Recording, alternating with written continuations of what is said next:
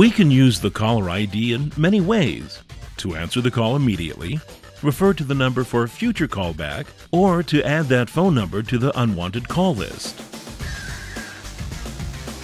The caller ID is a great way to return a missed call. The recipient knows that a specific person has tried to call them. Even if the caller didn't leave a message, the recipient can simply dial back.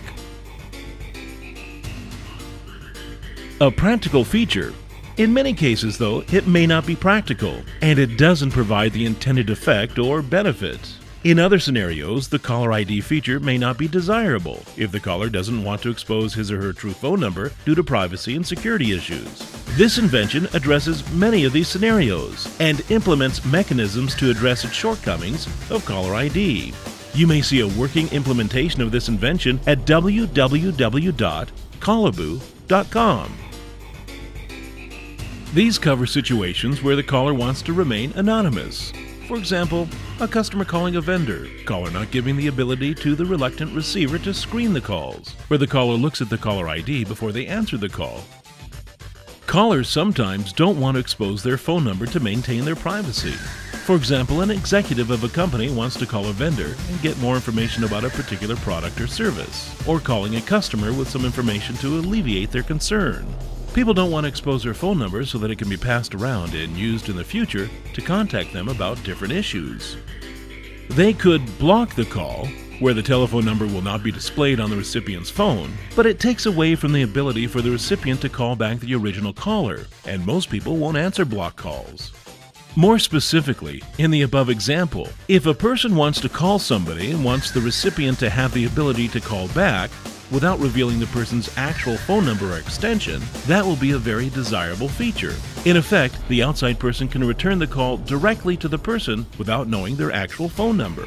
The displayed caller ID is a proxy number that redirects the call to the person. This allows the person to control how many times the recipient can call back that proxy number. Anytime during a phone call, the executive can hit the pound sign, or any key assigned by the call provider, to remove the caller from the history, and this will no longer allow incoming calls from that phone number.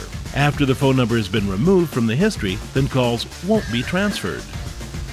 The same way, even if the recipient exposes the executive's proxy number to the general public, the calls to the executive's proxy will not be directed to the executive, and callers will be prompted for an extension number. Unless the executive himself has initiated a call, the ability for the recipient to call back will not exist.